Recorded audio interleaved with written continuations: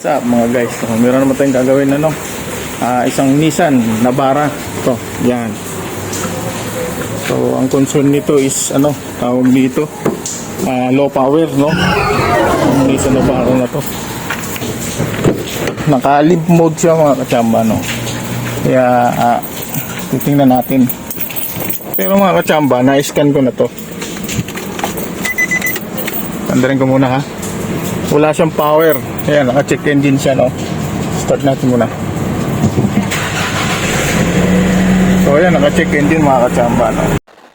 Ang scan result ay P012B.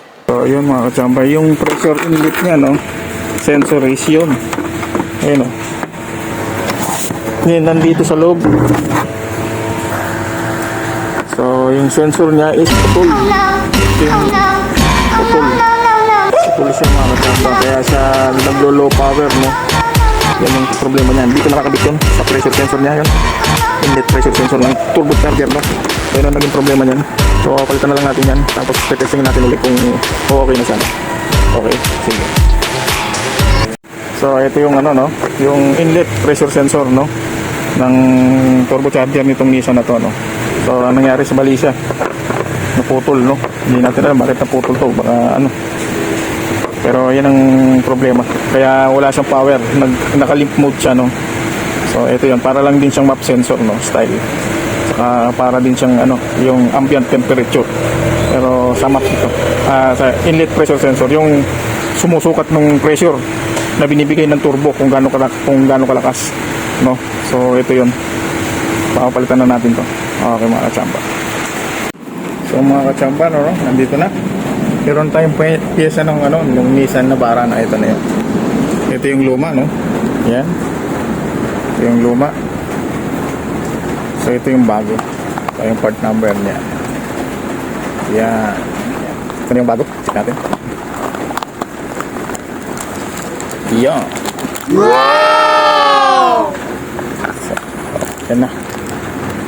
Identical. Check muna natin ha. Check muna natin.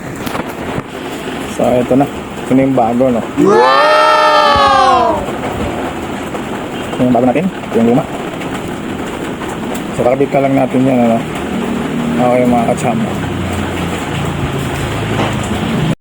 So, mga kachamba, no? Ito na, kakabit na natin itong, yung sensor ng, TICP na bago. Ito. Yan. Kakabit na natin.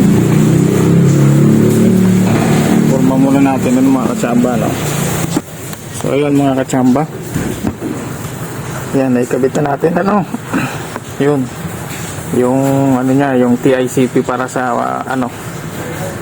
TIP sensor, TICP sensor, no? Okay na yan, good na. So ang gagawin natin, paandarin na muna natin kung mawawala na yung check engine. Dito tayo, yan. Laki natin yan kung may check engine pa. Yan. Yan. So naka-check engine pa rin. Start natin. So mga kasama, nawala na. Automatic nang nawala nung naayos na yung natin. Hindi na siguro i-reset na mga kasama, no? Natsamba na naman natin to yung pag-ayos ng low power ng Nissan Navara na to, no? Na naging problema is P012B, no, yung sa super turbocharger inlet sensor, no. So yun ang naging problema. So okay na to. Natsamba na naman natin. Okay.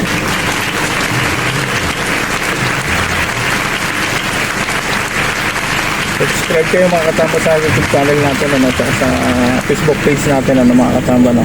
Okay na tong kung Nissan Navara to, wala na yung check engine. Hindi na natin kailangan i-reset. Ulitin natin.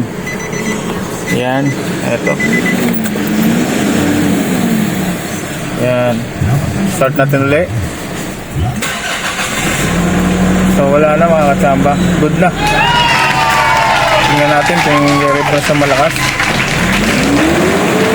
So ayos na mga katamba. Good na. Nagkamba na naman natin to. Subscribe kayo sa YouTube channel natin.